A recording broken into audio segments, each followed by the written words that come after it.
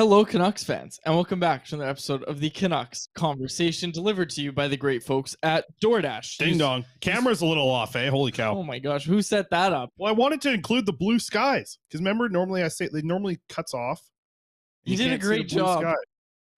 Yeah, you definitely nailed it with the sky there. Lots Chris. of sky in there. Okay. DoorDash Jeez promo Louise. code CONVODD, capital C, capital D's, all one word, CONVODD. That will get you 25% off and free delivery on your first order with the DoorDash app. Does not get much better than that, folks. My name is Dave Quadrelli. I'm joined, as always, by the man who built the place, Chris Faber. Our technical producer is Alex Allard. High above a crooked Rogers Arena today, Whoa. it is the Canucks Conversation podcast. Shots fired, eh? Crooked team over there, running everything they're running down there. No, that was a shot at you for the crooked camera. Well, speaking of, look at you. Jeez Louise. Well, we switched and I wasn't ready for it. Whoops. I don't even have my light on. Okay. Hot start. How was your weekend, buddy? Busy. Lots of hockey. But I'm in the groove. Season's going in the groove. Was out in Abbotsford on Saturday night. Here we're in Vancouver at Rogers Arena on Friday night. Big win against the Penguins. We'll get to that in just a minute. But Abbotsford was fun. It was a nice Diwali night out there. And they had a huge game on Friday. So big win for them. And then a shootout loss on Saturday night. But some interesting stuff. We'll chat Abbotsford a little later. What about you? You went, you're out partying probably, eh? That's right. You young kids at now Halloween weekend. That you guys, you're young. You go out on Saturday of Halloween weekend now. That's the party night. Yeah. You don't go out on a Monday night.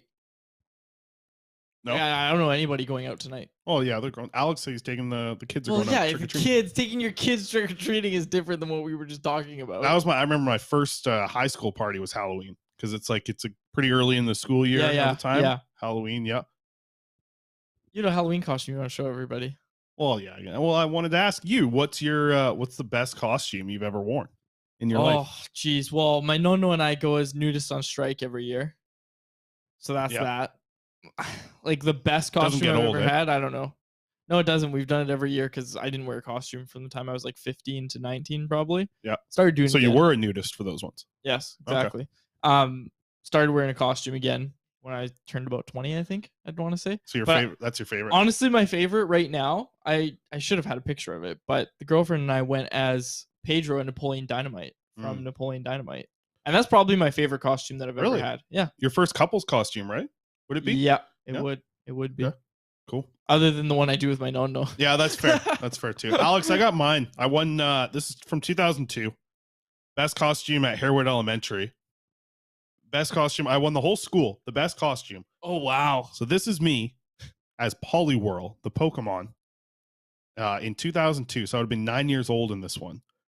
And what you can see here, it's a hula hoop, a big hula hoop with a blue tarp around it.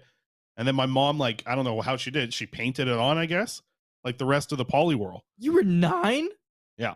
Your arms look like a grown I know. I got hair on my arms. So. Look at that haul of candy. It looks like you had a drama teacher come up and put his arms through you and do that game. The arms game. Those are a grown man's.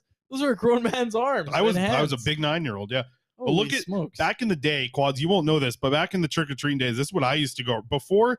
Because pillowcases became a thing in the early 2000s. This is what you rolled around with trick or treating in the very early 2000s. What, a metallic bowl? A metallic bowl. What? You'd walk around with the bowl. That's what you'd do. Well, that's what I did. That's obviously crazy. I never. This was costume of this is the costume of my life. I think I want to recreate this down the road. Oh my gosh, yeah. Right? I should absolutely do this again because this was the best costume. It was so hard. Obviously, I couldn't fit through doors wearing this costume. But this is my number one. Won the Harewood Elementary. The whole thing. Best in the school. For good reason. Yeah. Jarhead's in here asking me about Lockwood and Samuel. I went with Samuel. And that didn't pay. And that was, you know what? That was partly my bad. I messaged you. I'm a big football guy. Now I messaged you. I told you to put Curtis Samuel in your lineup. Yeah. Lockett. I was watching the Seahawks game when Lockett caught the TD pass. My first thought was, tough week. Oh, Faber's not going to like that. I had a real bad week. My team's been falling apart. Anyways. Also, Mal Marvel jumped in the chat and said pillowcases have been used forever. No, I don't know. I think you went with a metallic bowl before. I don't think that's everybody true. had one of those bowls back in the day. Yeah, that was your popcorn. You'd get 2 bags of popcorn, put it in there. Your parents put you downstairs with the TV. You'd watch Jumanji, and then you'd have a 2-liter pop, and that's it. Your parents wouldn't care about you for the whole night. You think this is the experience of everybody? Yeah, I think so. Okay. All right. on that note, let's move to the Canucks here. The Vancouver Canucks pick up another win. Pull it up, Alex. Another win. Their most commanding victory of the season. Definitely their best performance of the season, right? Yeah, like big we spent time. win. We talked about the Seattle game and how it was like, okay, they won. They showed a little more effort. Carolina, they lose. They showed more effort. But really against Pittsburgh, and I know Pittsburgh's having troubles of their own. They've lost 4 straight. They lost to Seattle the night after they lost to Vancouver. And Mike Sullivan was not happy, as Kevin Woodley said when he joined the show. Mike Sullivan was not happy with his team after their Alberta 2-game losing streak, their first 2 regulation losses of the season. Team's gone 0-4 in their past 4. That ain't good. So things are wrong. Things are bad in Pittsburgh right now. But the Canucks not in Vancouver. The Canucks still had a complete effort against the Pittsburgh Penguins, and it was really interesting because we've heard a lot. It's been thrown out there. Friedman threw it out on 32 Thoughts on Saturday night about management telling players that basically, hey, if there are going to be changes, it's not just going to be Bruce, and there's going to be some players that are going to be held accountable, either waived was what we heard, or traded. You need to basically get going here. And sure enough, the players came out and did that. It was kind of, I don't know, like I think that's what you should be doing, right? Like I know there were some fans on Twitter that had a problem with that because they were like, oh, well, they were telling some experienced guys that they'd get waived. And, like, again, not to speculate too much, but you can kind of guess which players those would be. It would be kind of those guys in the middle 6 probably. Sure. That are NHL players in their minds and haven't played like it this year. And, the list kind of goes on, but there's obviously some guys that you wouldn't waive down and send down to the minors. So, again, not going to speculate too much, but my point here is that, like, those guys got a wake-up call, it kind of seemed like. And, again, the whole team kind of rallied around that, it seemed like. Yeah, I mean, I thought it started on Thursday night with the team coming out and, fighting for, their team. I think that's literally the veterans came through, and then you saw it in the game against the Penguins. I mean, Tanner Pederson kicked off the scoring. On that, right after that second power play, they were moving the puck extremely well. And the goal came after the power play expired, but I thought that second power play didn't look good. Another one that's kind of led by veterans, Tanner Pederson being the one that scored. Bo Horvat ends up adding 2 more goals in the game. He's been a lot better through the last few games here for the Canucks, and obviously helps big time in those 2 wins because Menko gets the goal as well. So yeah, a lot of good going on right now. But I mean, it's only 2 wins. They still lost their first 7. There's still a lot of work to be done for this Canucks team before they can get into a playoff conversation. But right now, things are feeling pretty good. And I think we're about to get some even more good news here moving forward. Do you want to talk about the practice? Anything else from the game before I get into some notes? Because I said all last week, we were talking, people are talking about Connor Bedard and stuff. And I said, the turnaround's coming. Looks like the turnaround's here. And now you see a performance like that against Pittsburgh. And, New Jersey's one of the best teams in the league right now. They're finally getting the goaltending in New Jersey. Again, I don't know how sustainable it is with Mackenzie Blackwood, but they're getting the goaltending right now. They're a very fast team that the Canucks have already had trouble with in the past. I think, Quinn is 0-3 on the Battle of the Hughes brothers? Yeah. 0-3? Maybe 4 if it might be 4. Anyways, my point here is that, the turnaround's coming, but I think, it's fun to say, oh yeah, they won a game, they looked good against Pittsburgh, but I think the question now has to become, and even not now, I think it was, you were questioning effort levels before. You're saying, well, if you had that in you, what went on in the first 7 games? Mm-hmm. Like, what was with the lack of effort and not being able to close out games, these blind passes that, are just silly mental mistakes, right? Like, you have to start asking that. And then again, if it ends up coming back to... Yeah, because that just doesn't just disappear. No, it doesn't. After 2 wins. That doesn't just disappear out of the game. You can't... You're again... I'm going to keep the philosophy, and I know they're going to go on the heater, and I understand they're probably going to make this interesting. I stand by what I said in the earlier parts of the season where it was, okay, you got a really deep top end of the draft here. If you can get one of these top 3, top 5 picks in this draft, you got to go for it, and there's really not much harm. And, your players had a horrible start to the year, so move some guys out, kind of regroup for the next year. But again, we're kind of seeing it again, and this is what we kept saying is this is coming. We're seeing these guys, come out, turn it around. They're going to play at whatever point pace they have to play at. It's going to be over 100 just to make the playoffs. And again, like, it's not crazy to think that they're going to come up just short of the playoffs again, and then here we go next year, right? And again, then you come back and you talk about these 7 games. Exactly. This team still has that in it. Right? And I'm not trying to be negative. I'm not trying to downplay the Canucks win, but I do just want to say that, let's not get too ahead of ourselves here and say, oh, well, the 7 games, we can forget about that, because it's happened too many years. It's happened too many years where you've seen it from this core, where you've seen it from the roster as it's currently constructed, where you've seen them just come out and have way too many flat performances. And again, for this team, it all came at the start of the year, and we don't know if it's going to stop. I'm just saying that no matter what, like, the turnaround's coming. Sure, it looks like the turnaround's coming. No matter what, don't forget those first 7 games. That's all I'm going to say. Well, you know what? And I think, like you said, even if they run at like 100-point pace for the rest of the season, you aren't going to be able to forget about those first 7 games, because if you run at 100-point pace right now, you're still not making the playoffs because of what happened in those 7 games. So some very different comments here in the chat. Jarhead and Darth Canuck, they're saying, yeah, they've played well, but everyone is beating Pittsburgh. Knucklehead in here. What's good, Canucks Nation? Longest win streak of the season. Let's freaking go.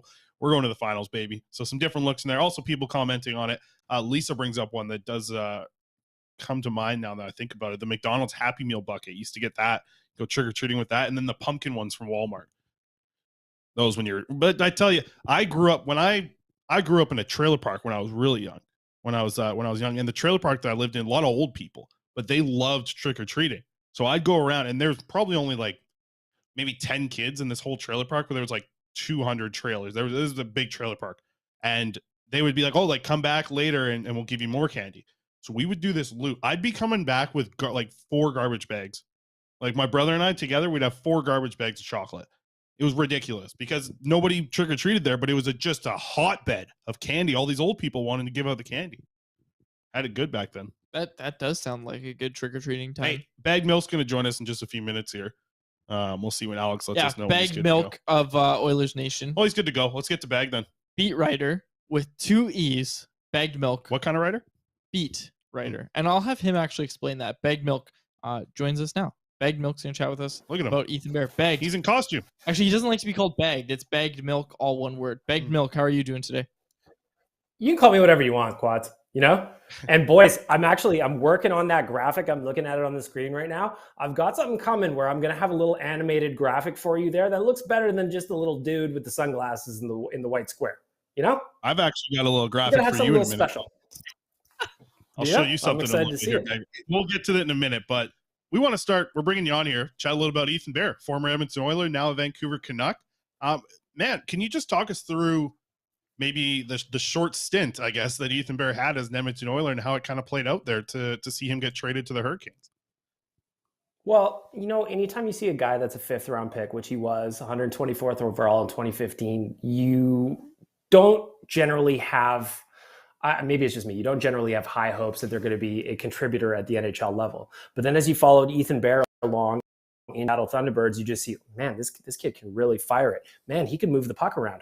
Holy cow, he may actually make the show if he continues to progress the way he did. And he did that. He came up with the Oilers and he played really well. His first full was in 2019, 2020. And I legitimately, at that point, after he had, I think it was somewhere around 20 points in that season, I thought this was a guy we were going to have in our top 4 for a very, very long time. His puck distribution skills are great.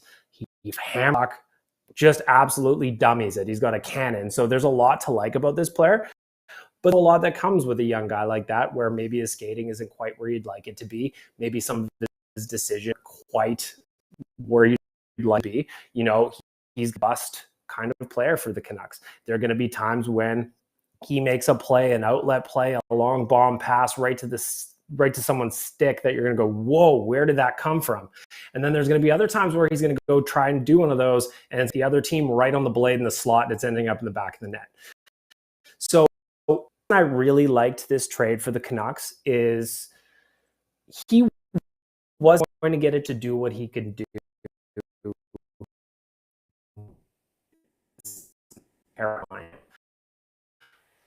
right, I think we've lost BaggedMilk. Yeah, we're in and out on BaggedMilk here. We'll see if Alex can get him reconnected. But some interesting points there still to take away. I mean, I think that's what we're expecting from Bear, right? Like, I think he does move the puck. Well, you can see it in practice, right? Like, he moves the puck extremely well. I even think his shot Don't get to see a ton of just like full on slap shots in practice, but I think that's going to be something that he can actually bring a little bit to. And I think that's going to be interesting to watch if he does end up playing with Quinn Hughes at some point. And that's the thing, and that's right? going to be really interesting. That's kind of the thing that I keep coming back to is you look at where the fit is stylistically, right? And again, Bruce Boudreau was asked today about, tough decisions coming up. And again, they're tough. I understand it. But again, like Jack Rathbone, I don't think Jack Rathbone's done anything to prove that he should come out of the lineup. But the way Boudreau said it today was like, it's going to be very tough for him. It sounds to me like if I'm a betting man, it's going to be Riley Stillman going back in the lineup and Jack Rathbone coming out in his place. Yeah, we got a poll question. Yeah, Alex, are you there? Oh, we've got BaggedMilk. I think we have. Boys, I'm back. There he is. Oh, fantastic. There he is. All right. Quads, you guys have both been to this office. You know how the internet, for an internet company, our internet is so bad. It is shocking. I don't know where I lost you guys, but basically what I was trying to get at is Ethan Bear is going to be a guy that you're really going to love.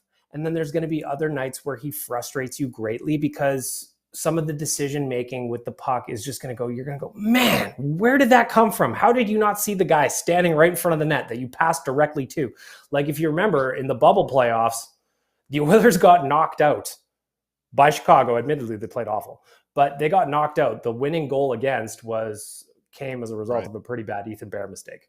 Now, that happens. He's a young guy. If you put him in clutch situations, sometimes things happen. But what I like for the Canucks here is that you've got a player that I believe is going to be motivated. He's a skilled player. He's going to help you guys move the puck up the ice. And maybe a little bit of power play 2 time, maybe. I don't know how you guys stack up there, but you're getting a player for a very low cost of acquisition that can help your team improve. His on-ice numbers are always good. If you look at his 56.5 or basically 56.6 Corsi last year in Carolina, he had his XGF is excellent. Again, there's a lot to like here, but it's a little bit of boom bust. So it's going to be interesting to see how he handles the gig in Vancouver, because I also think he's probably feeling a lot of pressure now. He's a young guy who's now on his 3rd organization. So it's going to be interesting. I'm always going to cheer for Ethan Bear, and ultimately, I think you guys got a beauty. He brought up that his fiance is from Kelowna, and he's very excited to be back in Canada. How did he deal with the pressure of being in a Canadian market? Because we know Edmonton's a market similar to Vancouver. How did he deal with that? It was tough on him. Especially after that playoff mistake, because it was like one of those ones where had the Oilers had another game or 2 or whatever in that series, you probably just forget about it as things go along. But when it's one of the very final plays you remember, he had a hard time with it. And I don't blame him, because Oilers fans, and just like any Canadian market, can be ruthless when things are not going well. So I honestly think that he took way too much heat in Edmonton. He had a lot of backers too, tons. But he took a lot of heat on after that playoff exit. He probably didn't have a great time with it and needed a fresh start. So if he can come into Vancouver and just be steady for you guys, if he can just be solid and just play quiet minutes while giving you a lot more of those, whoa, that was awesome, than the cringeworthies, then you guys are going to have a great player, and he's going to have a great time in Vancouver. There's a lot to like here. I keep saying it over and over again, but it's also going to be up to Ethan Bear to live up to his potential.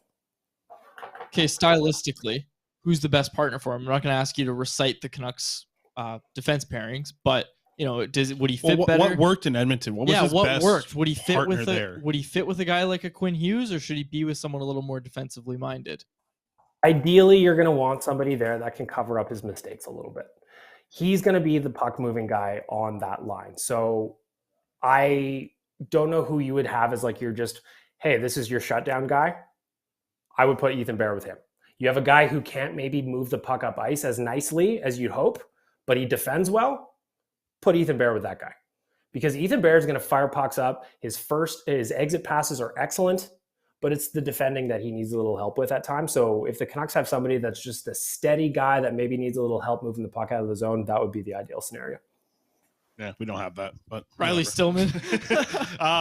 Hey, BaggedMilk, wanted to ask you about. I know you must have seen this, and Alex, you can pull this up. The Jesse Puljujarvi costume. It's a masterpiece. The best we saw in the NHL, right? It's a masterpiece. Yeah, what did you think of it? Any other Oilers ones better than this? No. I didn't see any NHLers that look better than this. The thing about Jesse Puljujarvi, first of all, how fun is he just to look at in general? The guy can lick his own eyelids, and you don't have many players like that in the NHL, right? So that, number one, great. But the execution on this, like, I'm a big Finding Nemo guy. Love that movie. It's one of Pixar's best. So to have him and his missus pull this off and execute at such a high level, come on, there's a lot to like here. There's tons to like. Even the fact that, I don't remember the little girl's name now, but in the movie, she's got that huge wide grin. Who's got a bigger smile than Jesse Puljujarvi? Come on, I love it.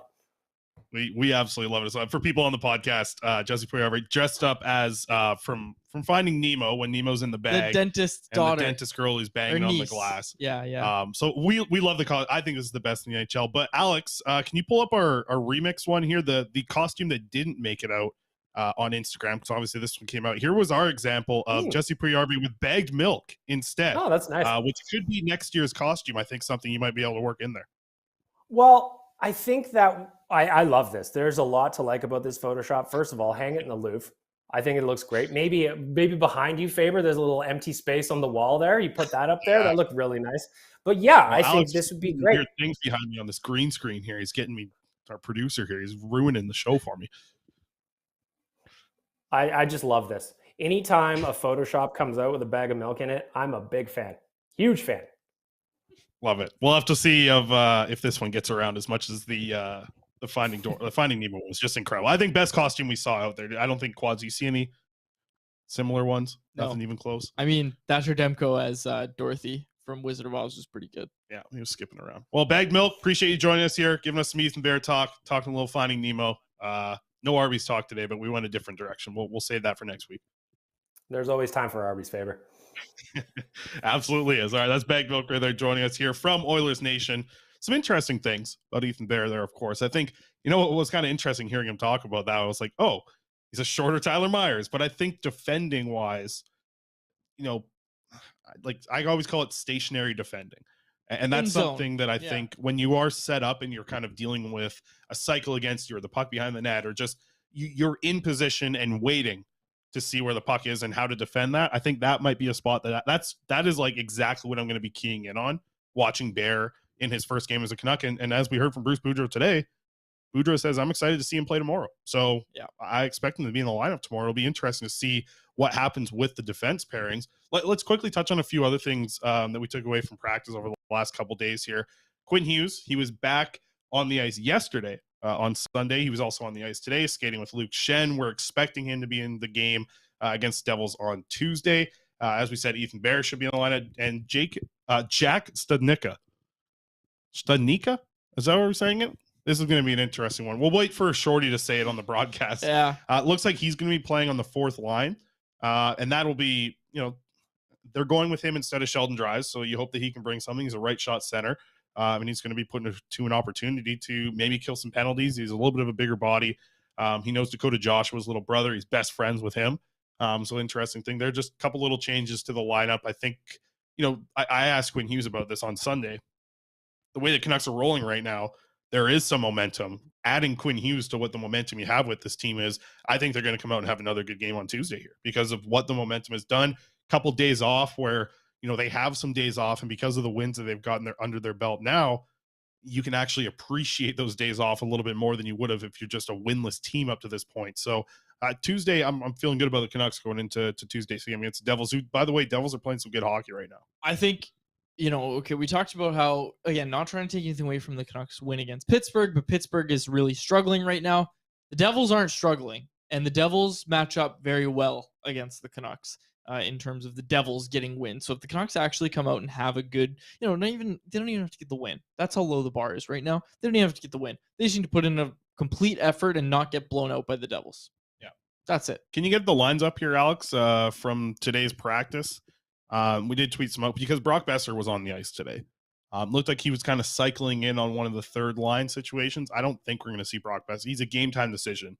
Boudreau told us here. Before the game against the Devils. I just don't think he wasn't on the second power play unit at practice today. That's a spot where he is going to be. Know who was on the second power play unit, though? Love to see it. Vasily Podkolzin playing net front on the second power play unit. So you like to see that, obviously, for the Vancouver Canucks. That's a spot where I think Podkolzin is going to be able to be at his best. But very similar looking lines to what we saw in the last game. It's going to be Miller, Horvat, Garland again on your first line, Kuzmenko, Pederson, Mikheyev on your second line, Podkolzin, Amon, and Joshua is your third line, then Pearson, Studnicka. Don't ask me. Studnicka? Yeah. We're going to work on that one. And Huglander on your fourth line. A little bit of a different look on the fourth line, but I tell you, good depth on the wings here. You're seeing a lot of good depth here. Yeah, absolutely. Have you looked behind you? No, I don't know what's being. Oh, jeez, Louise. I got BaggedMilk being held by Jesse Puljujärvi. There we go. I thought it was going to be the Archer Sealaws behind me in the Halloween mask. No. Also, they asked Sealaws what his favorite candy was, and I couldn't understand his answer. Like, I don't think he actually gave an answer. He just kind of laughed, but they kept it in. Did you see what Sealaws was dressed up as? No, what did he dress as? Oh, I got it on my phone. I can't remember now. Wow, great story. Yeah. Okay, let's get to the poll question. Why don't you try and find his costume while I well, I can't. I got my phone. There he is behind me now. Oh yeah, there you go. Okay. Friday the 13th. That's what he was. All right, poll question. Our poll question brought to you by the great folks at Atlas Goods. Go to atlasgds.com. Use promo code CC15 for 15% off your first order of pop rinds. These are the best fresh pork rinds. Let's make them tomorrow on the show. I'm down. Okay, we'll make them tomorrow. Straight out of your microwave or air fryer. We're going to eat them tomorrow. We're going to have them live on the show. Go to atlasgds.com, locally owned and operated right out of beautiful Surrey, British Columbia. Our poll question today: which duo would you prefer on the third pairing? Rathbone Burrows, Stillman Bear, and as always, I'm angry. Chris, so far 49% of voters saying Rathbone Burrows. Let's see where Alex is going to go here. 31% say is he angry? No, Alex is getting candy today. He's going trick-or-treating. 31% say Stillman He's Bear. not angry. Oh, is he angry? Nope. 20% say they are angry. Alex going with Rathbone Burrows, joining the 49% of voters. Where did you land on this? Because I don't even have to say it's clear where I landed. I'm Rathbone Burrows. Yeah, I'm Rathbone Burrows as well, but it's going to be interesting. And Boudreau was asked about this again today. Hey, there's a lot of depth defensemen now to kind of work with here on your bottom pairing, right? Mm-hmm. Like we know what the top four is going to look like. I think the only thing that might change is maybe Bear gets a shot with Quinn Hughes at some point, right? But I think aside from that, it's going to be OEL Myers, going to be Hughes and Shen. Then you have all these four guys to work out in your bottom pairing. So, I mean, Bear is apparently going to play on Tuesday. I don't think he's going to be with Rathbone. This is how they've skated the last 2 days. This is why I put up the poll question, because I think they're going to run one of these pairings. I'd be very surprised if Rathbone and Burrows both are out of the lineup. But it might actually, like, I don't think I'm going to be incredibly surprised, because I think if you're looking at just like NHL players that a coach like Bruce Boudreau believes in, he's probably picking Stillman Bear. So who's your left side? Because, well, OEL had a maintenance day, so we're assuming he's going to play. So you go Hughes, well, he's OEL. On the ice today. Yeah, so you go Hughes, OEL, and Stillman. That's your left side. I think so. And then you got Shen, I don't think Bear. I would do that. I would like to see, like, hey, what does it look like watching Rathbone play with Bear? You talk about puck movers on your third pairing.